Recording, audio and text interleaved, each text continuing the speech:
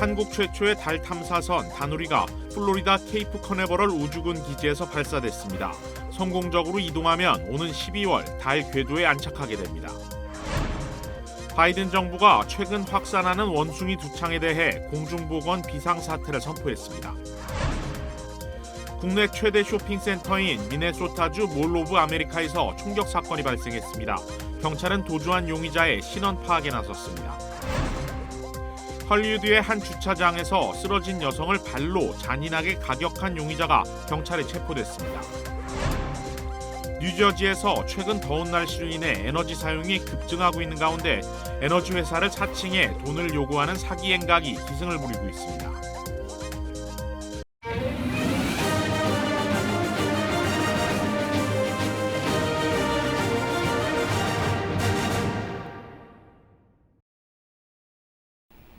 여러분 안녕하십니까? KBS 아메리카 뉴스입니다. 한국의 첫 달 탐사선 다누리가 오늘 플로리다주 우주군 기지에서 성공적으로 발사됐습니다. 첫 소식 김경일 기자가 보도합니다. 3, 2, 1. 카운트다운과 함께 한국형 달 궤도선 다누리가 달을 향해 힘차게 치솟습니다. 한국의 첫 달 탐사 궤도선 다누리는 LA 시간으로 오후 4시 8분 우주로 발사됐습니다. 다누리는 발사 2분 40초 이후 1, 2단계 분리에 이어 3분 15초 이후 베어링 분리가 이루어졌고 40분 25초 후 2단 로켓 분리까지 성공적으로 마치고 첫 교신까지 확인되면서 정해진 궤도를 따라 순조롭게 자체 비행을 시작했습니다. 다누리는 까다로운 기동을 수차례 거쳐 우주를 여행해 오는 12월 16일 달 궤도에 도착할 예정입니다. 12월 31일 달 상공 100km 임무 궤도에 안착하는 게 목표입니다. 달 임무 궤도에 안착한 후에도 하루 12회 공전하며 1년간 임무를 수행할 예정입니다. 한편 오늘 발사는 당초 예정보다 이틀 늦춰 진행됐습니다. 지난달 말 점검 과정에서 엔진 센서 이상이 발견돼 교체 작업을 해야 했습니다. 발사는 이틀 미뤄졌지만 다누리가 달 궤도에 진입해 임무를 개시하는 날짜는 그대로입니다.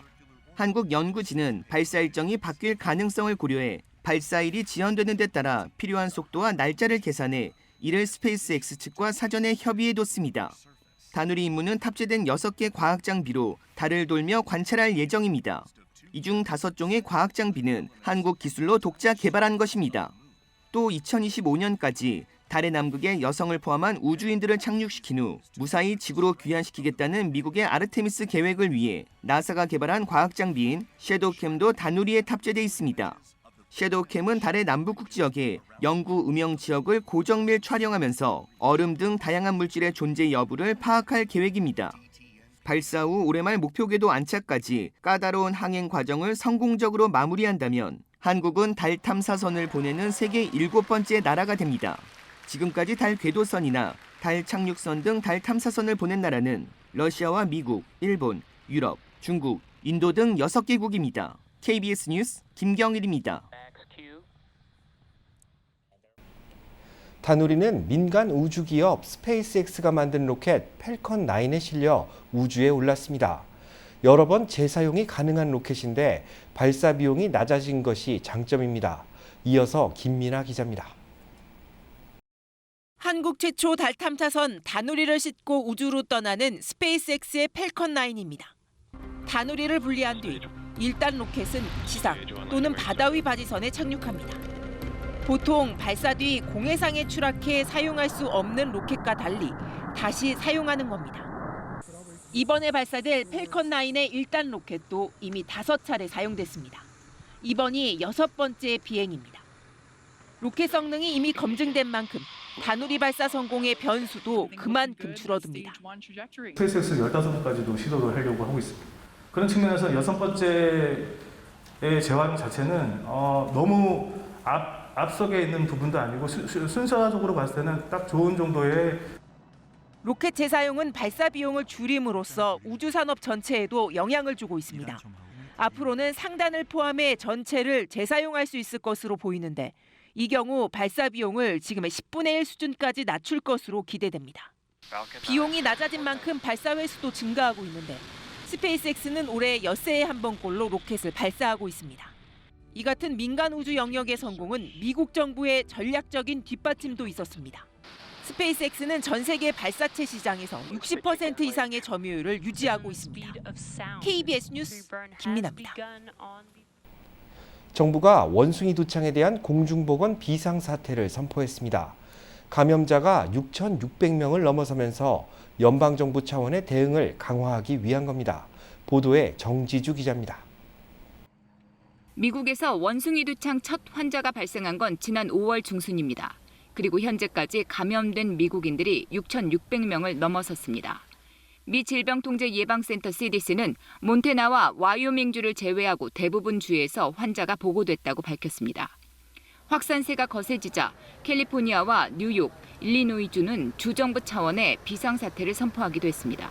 결국 미국 정부도 원숭이 두창에 대해 연방정부 차원의 국가 비상사태를 선포했습니다. 미국 보건복지부는 이 바이러스에 대응할 준비가 돼 있다면서 미국인들은 원숭이 두창을 심각하게 인식하고 퇴치하기 위해 책임감을 가져야 한다고 밝혔습니다. 비상사태 선포로 연방정부는 원숭이 두창 바이러스 퇴치를 위한 자금과 데이터 등을 확보할 수 있게 됐습니다. 또 추가 인력 배치 등 원숭이 두창에 더 효율적으로 대응할 수 있게 됐습니다. 앞서 지난 2일 미 백악관은 원숭이 두창에 대한 범정부적 대응 전략을 조정하고 관리할 대응팀을 구성하기도 했습니다. 코로나19 대응팀처럼 원숭이 두창에 맞서 싸울 정부의 전략과 운용을 이끌게 된다고 백악관은 설명했습니다. 미국 정부는 또 백신 110만 회 분량을 확보했다고 밝혔지만 해당 백신이 2번 접종해야 한다는 걸 고려하면 55만 명만 백신 접종이 가능한 상태입니다. 백신을 제대로 확보하지 못했다는 비판이 나오는 이유입니다. 또 미국 내에서 수천 명의 환자가 나오는 동안 신속한 대응이 이루어지지 못했다는 지적도 잇따릅니다. 앞서 세계보건기구 WHO는 지난달 23일 원숭이 두창에 대해 국제적 공중보건 비상사태를 선포했습니다. 현지 시각 3일 기준 전 세계 원숭이 두창 감염자는 2만 6천여 명에 달합니다. KBS 뉴스 정지주입니다. 미네소타주 미니애폴리스 외곽에 자리한 대형 쇼핑센터 몰 오브 아메리카에서 총격 사건이 발생했습니다. 미네소타주 블루밍턴 경찰국은 동부 시간으로 오늘 오후 5시 40분쯤 쇼핑몰 나이키 매장 인근에서 최소 3발이 발포된 것으로 확인됐다고 밝혔습니다. 그러면서 사건 즉시 현장에 출동했지만 용의자는 도주한 상태였다고 전했습니다. 이번 총격 사건의 정확한 피해 규모는 아직 집계되지 않았습니다. 하지만 쇼핑몰 측은 안전이 확보될 때까지 현장을 통제할 계획이라고 발표했습니다. 수사당국은 목격자들의 제보를 토대로 도주한 용의자의 신원 파악에 주력하고 있습니다. 한편 지난 1992년 개점한 몰 오브 아메리카는 국내 최대 크기의 쇼핑몰 중 하나입니다. 할리우드의 한 주차장에서 여성을 폭행한 남성이 경찰에 체포됐습니다. 경찰은 범행에 가담한 또 다른 남성도 쫓고 있습니다. 윤범수 기자가 보도합니다. 지난 금요일 새벽 할리우드의 한 건물 주차장. 바닥에 한 여성이 쓰러져 있습니다. 여성을 내려다보던 흰색 티셔츠의 남성. 갑자기 다리로 여성의 얼굴을 잔인하게 가격합니다. 의식을 잃은 여성이 끌려가는 모습도 보입니다. 피해 여성은 사건 다음 날 소셜미디어에 글을 올려 자신뿐만 아니라 다른 친구들도 폭행을 당했다고 밝혔습니다. 그러면서 크게 다친 자신의 얼굴과 함께 폭행을 저지른 남성 2명의 사진도 공개했습니다. 폭행 당시 영상과 함께 도움을 호소하는 피해자의 글과 사진은 소셜미디어를 타고 빠르게 확산됐고 분노한 수많은 사람들의 제보가 이어졌습니다. 그리고 사건 발생 5일 만인 오늘 LAPD는 보도자료를 내고 범인을 체포했다고 밝혔습니다. On August 3rd, around 6:30 p.m., detectives from the Los Angeles Police Department's Hollywood Division arrested 33-year-old Damian Jamar Atkins, a resident of Lancaster, for felony battery with serious bodily injury. He is currently being held without bail. 경찰은 현재 소셜미디어에 얼굴이 공개된 또 다른 남성도 공범으로 지목하고 체포에 나섰습니다. 아울러 이번 사건과 관련한 주민들의 추가 제보도 받고 있습니다. KBS 뉴스 윤범수입니다. 가디나에 자리한 한 카지노 주차장에서 현금 수송 트럭을 털어 달아나는 강도 사건이 발생했습니다. 오늘 오전 10시쯤 캘리포니아주 가디나에 자리한 허슬러 카지노 주차장에서 현금 수송 트럭을 노린 강도 사건이 발생했습니다. 현장에서는 총상을 입은 부상자가 보고됐는데 조사 결과 현금 수송 트럭 회사의 무장 경호원으로 확인됐습니다. 또 다른 무장 경호원 역시 부상을 입었는데 총상은 아닌 것으로 전해졌습니다. 경찰은 적어도 2명의 용의자가 범행에 가담한 것으로 보고 있습니다. 이들은 경호원들을 습격한 뒤 현금을 털어 달아났으며 경찰은 인근 지역을 수색하며 용의자 검거에 나서고 있습니다. 한편 이번 총격으로 카지노에 머물던 손님들이 긴급 대피하는 소동도 발생했습니다. 무더운 날씨로 전기 사용량이 늘며 에너지 회사 직원을 사칭하는 사기 범죄도 늘고 있습니다. 밀린 요금을 내지 않으면 전기를 끊겠다고 위협하는 방식입니다. 제1사 뉴욕 KBTV 김은지 기자가 취재했습니다. 지난 2일 뉴저지 PSENG의 레베카 마젤라 대변인은 7월과 8월 폭염으로 인해 가정과 사업체에서 에어컨 사용이 늘어나는 것과 함께 에너지 유틸리티 사기 사건이 이어지고 있다며 특히 유틸리티 설비나 요금에 상대적으로 지식이 많지 않거나 고령층 가입자들은 더욱 조심해야 한다고 경고했습니다. 최근 일어나고 있는 PSENG 직원 사칭 사기 사건은 사기범들이 PSENG 서비스 제공 지역인 롱아일랜드와 뉴저지 주민들에게 전화를 걸어 자신을 PSENG 직원이라고 속인 뒤 밀린 요금을 즉시 내지 않으면 바로 전기를 끊겠다며 돈을 요구하는 경우가 많습니다.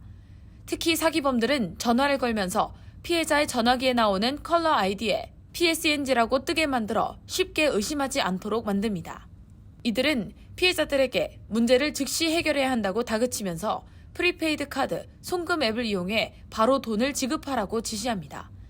심지어 최근에는 가상화폐로 돈을 내라고 요구하는 경우도 있는 것으로 나타났습니다. 또 일반 가정집을 방문해서 일어나는 사기 사건은 사기범들이 PSENG 직원 유니폼을 입고 계량기 측정, 가스 누출 검사, 시설 인스펙션 등을 이유로 집안을 살펴본 뒤 가스 누출, 시설 개보수 등을 급히 해야 한다며 1시간 내에 돈을 내라고 요구하기도 합니다. 이와 관련해 PSENG는 가입자가 요금이 밀렸거나 시설 보수 비용을 내야 하더라도 즉시 납부 또는 1시간 내 납부 등의 요구는 절대로 하지 않는다며 직원을 사칭해 수상한 요구를 할 때는 응하지 말고 일정 시간을 갖고 확인하거나 PSENG 신고센터 또는 인근 경찰에 신고해 줄 것을 당부했습니다. KBTV 뉴스 김은지입니다. 국제유가가 6개월 만에 80달러대로 내려갔습니다. 러시아의 우크라이나 침공 이전 수준입니다. 한보경 기자입니다. 미국 서부 텍사스산 원유 가격이 $2 이상 떨어지며 1배럴에 88달러 54센트로 거래를 마쳤습니다. 서부 텍사스산 원유 가격이 $90 밑으로 내려간 건 올 2월 2일 이후 6개월여 만입니다. 브렌트유도 93달러대에 거래되며 러시아가 우크라이나를 침공한 2월 20일 이전 수준으로 돌아갔습니다. 러시아의 우크라이나 침공 이후 한때 130달러에 육박할 정도로 고공행진하던 원유값이 전쟁 이전 수준으로 돌아간 겁니다. 감소했을 거란 예상과 달리 미국의 원유 재고가 증가했다는 소식이 원유값을 일단 끌어내렸고 세계 주요국들의 금리 인상으로 경기가 위축되면 원유 수요도 줄어들 거란 전망이 가격 하락 압력을 키웠다는 분석입니다. 미국 연방준비제도 인사들의 이른바 강력 긴축 발언으로 경기 악화 전망에 무게가 실리고도 있습니다. 블러드 세인트루이스 연은 총재가 기준금리가 올해 말 최고 4%까지는 가야 한다고 얘기한 데 이어 오늘은 메스터 클리블랜드 연은 총재가 물가를 잡기 위해선 4% 이상까지도 기준금리를 올려야 한다는 이른바 매파 발언을 쏟아냈습니다. One of the things I'm worried about is maybe the Fed will act too aggressively because inflation has been so hot. 현재 미국의 기준금리가 2.25에서 2.5% 수준이라 연말까지 1.5%포인트 이상의 추가 인상이 필요하다는 뜻입니다. 뉴욕에서 KBS 뉴스 한보경입니다. 낸시 펠로시 하원 의장이 타이완 순방을 마친 뒤 후폭풍이 거세게 불고 있습니다. 중국이 타이완과 주변 해협에 미사일을 발사하는 등 무력 군사 훈련을 실시했습니다. 김민성 기자가 보도합니다. 타이완 해협을 사이에 두고 타이완과 마주한 중국 남부 푸젠성 해안가. 미사일이 바다를 향해 굉음을 내며 발사됩니다. 불과 10여 초 사이 5발의 미사일이 집중됐습니다. 중국은 타이완 동북과 서남 해역으로도 여러 발의 미사일을 쐈고 타이완 해협 중간선 너머로 장거리 실탄 사격도 이뤄졌습니다. 미국을 겨냥한 고강도 군사 행동이라는 분석입니다. 对台湾海峡东部特定区域进行了精确打击，取得了预期效果。 이번 중국의 무력 군사 훈련은 만 사흘 동안 사실상 타이완을 완전히 포위한 채 실시간 실탄 사격과 미사일 발사로 이루어집니다. 특히 처음으로 타이완 영해와 타이완 해협 중간선이 훈련 구역에 포함됐습니다. 중국이 타이완 영해를 인정하지 않고 자국 영토임을 분명히 하려는 의도로 풀이됩니다. 더욱이 훈련 구역이 타이완의 주요 항구와 항로 주변이어서 향후 무력 통일을 위한 작전을 시험하려는 것이라는 관측도 나옵니다. 当前台海局势出现任何紧张，都是美方一手造成的，其根源都是佩洛西出于一己私利，一意孤行，执意串台，严重违背一个中国政策。 이에 대해 타이완은 명백한 주권 침해라며 즉각 전투 준비 태세를 강화했습니다.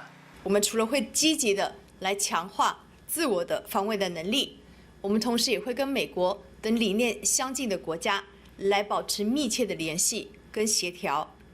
1996년 제3차 타이완 해협 위기 당시 중국은 수개월에 걸쳐 군사훈련을 실시했습니다. 이 때문에 이번 중국의 무력 군사훈련이 당분간 계속될 가능성도 높아 보입니다. 베이징에서 KBS 뉴스 김민성입니다.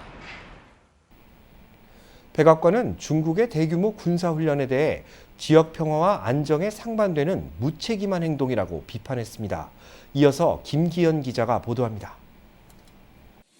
존 커비 백악관 전략소통조정관이 타이완 해역에서 실시된 중국의 군사훈련에 대해 지역 평화와 안정을 해치는 무책임한 행위라고 규탄했습니다. We condemn these actions, which are irresponsible and at odds with our long-standing goal of maintaining peace and stability across the Taiwan Strait and in the region.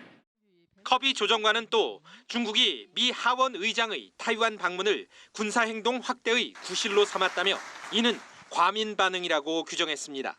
특히 중국 측 추가 군사 활동을 예상한다며 미국은 중국의 어떤 선택에도 준비가 돼 있다고 강조했습니다. 그러면서 항공모함 로널드 레이건호 등 타이완 해역 인근에 배치된 미국 측 전략 자산들의 감시 활동은 앞으로 몇 주 동안 계속될 것이라고 설명했습니다. 커비 조정관은 다만 이번 주 미 공군이 예정했던 대륙간 탄도미사일 미니트맨 3 시험 발사는 추가적 긴장 악화를 막기 위해 일단 연기한다고 덧붙였습니다.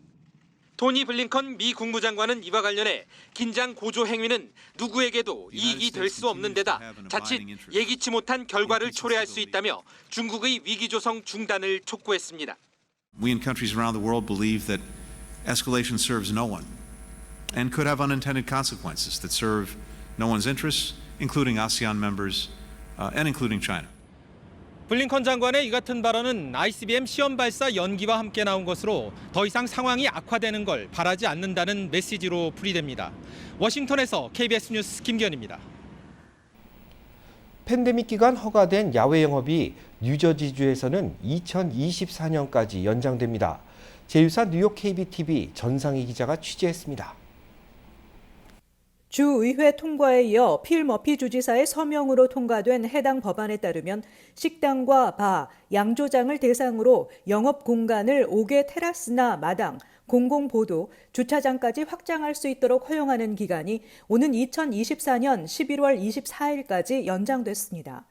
팬데믹 기간 동안 직격탄을 맞은 요식업계의 생존을 위해 마련된 5개 영업 허용의 만료 시한은 당초 올해 11월까지였습니다.